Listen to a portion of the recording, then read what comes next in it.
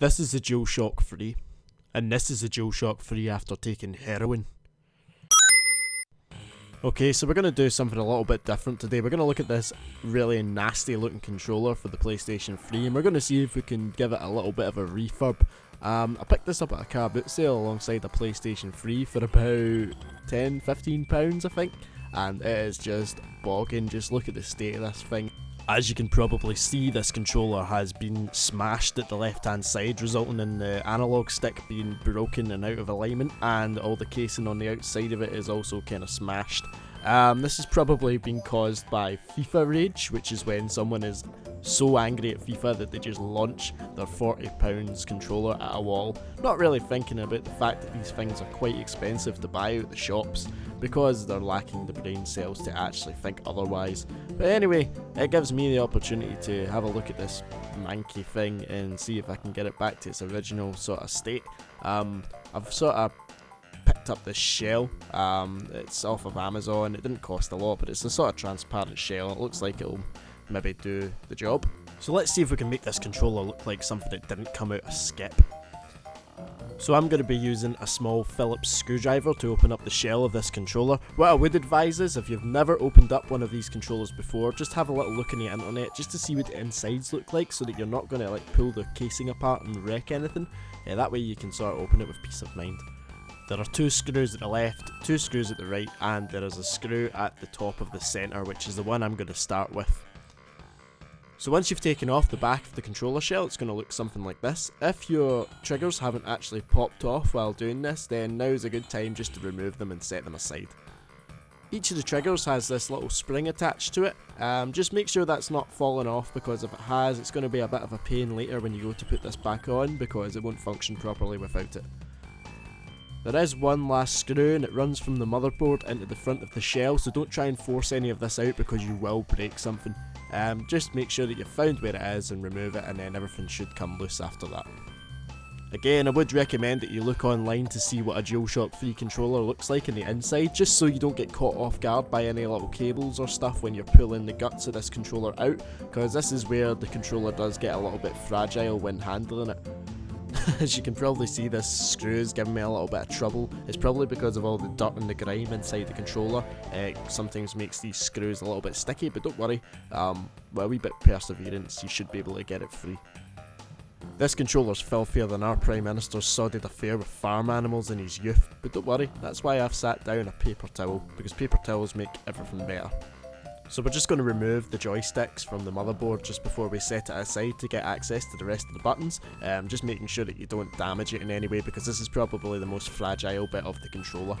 We're going to come back and we're going to fix the joystick problem later, but first of all what we're going to do is we're going to take all the buttons away for this shell and we're going to give them a right good scrub.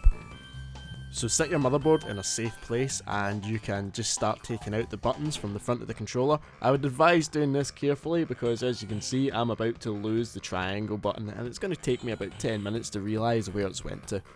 So I really started to feel unwell while taking this controller apart, because it was really dirty. I mean, there was dirt all over the buttons and on the membranes for the buttons, and it was just horrible.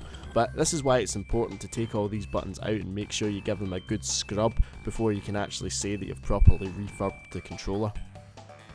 So now's a good time just to double check which buttons you're keeping, which buttons you're not keeping, make sure the membranes are all okay, and then you can get to cleaning them. So the way I'm going to clean the buttons is I'm going to stick all the buttons inside this container of warm soapy water, and I'm just going to let them sit. That way I can work on the rest of the controller, and all the really hardened on dirt might start to come away and be a little bit easier to clean off these buttons. A couple of tips if you're using this method though is just make sure your water isn't too warm, because that can warp and damage some of the little buttons that you're actually cleaning. And also just make sure that once you are ready to stick these buttons back in the controller that you let them dry, or you completely dry them, because if any moisture gets inside the controller at all, it's going to cause some damage.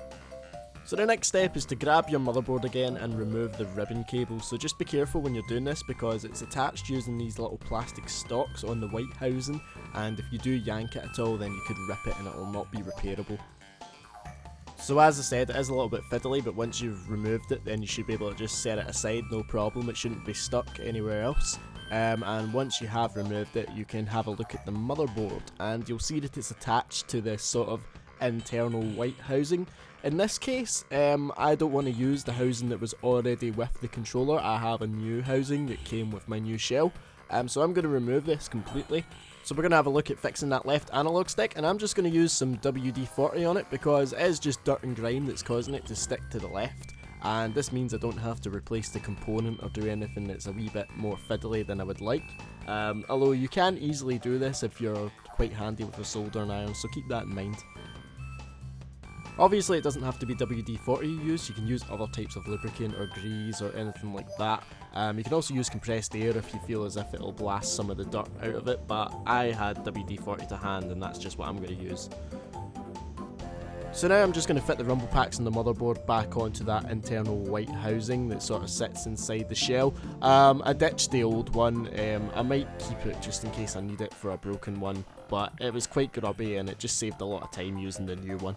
Just remember also that your ribbon cable has to also go on this housing, and it sits on the front while the motherboard sits on the back, and the ribbon cable sort of stretches round and sits back on those little stalks that you took it off of before. So just make sure you've got it sitting the exact same way as it came off. That way you can't really go wrong with this. So once you're content that you've got all the innards sort of sitting the way that they came out of the shell when you were first taking it apart, you can sort of set that aside now and we can sort of have a look at the little details that we need to finish off on this controller. So one of the last things I'm looking at now is the membranes which sit inside the controller, which the buttons connect to, and a little tip that I picked up from another YouTuber called Retro Game Tech is that if these little membranes go shiny, then it means they're not going to make as good a connection, so it's quite handy while you have these apart to clean them up. So the best way to clean them up according to him is to grab a bit of white paper and just rub it against them until they get a matte black finish, and that way the connection between the button and the inside of the controller is going to be a lot better. So I've decided I'm going to replace the analog sticks on this controller because the left one was a little bit chewed up, and what I've decided to do is I'm going to actually use the analog sticks off of a DualShock 2. Because they are completely compatible, it's the exact same type of fitting, but I actually prefer the way these feel, and I don't know if anyone else will know what I mean by this, but they do feel a little bit different, so I'm going to use these on my DualShock 3. So now you're ready to put all your components inside your new shell, and you should find that after you've got the ribbon cable and the motherboard attached to the white housing that goes inside, you should be able to just place this in the back of the shell quite nicely. Just make sure you feed your triggers through the back of the shell and make sure that they're not jamming, because once you close this up that will cause problems later. And make sure that you've not lost those little springs, as I said, because your triggers just won't work without them.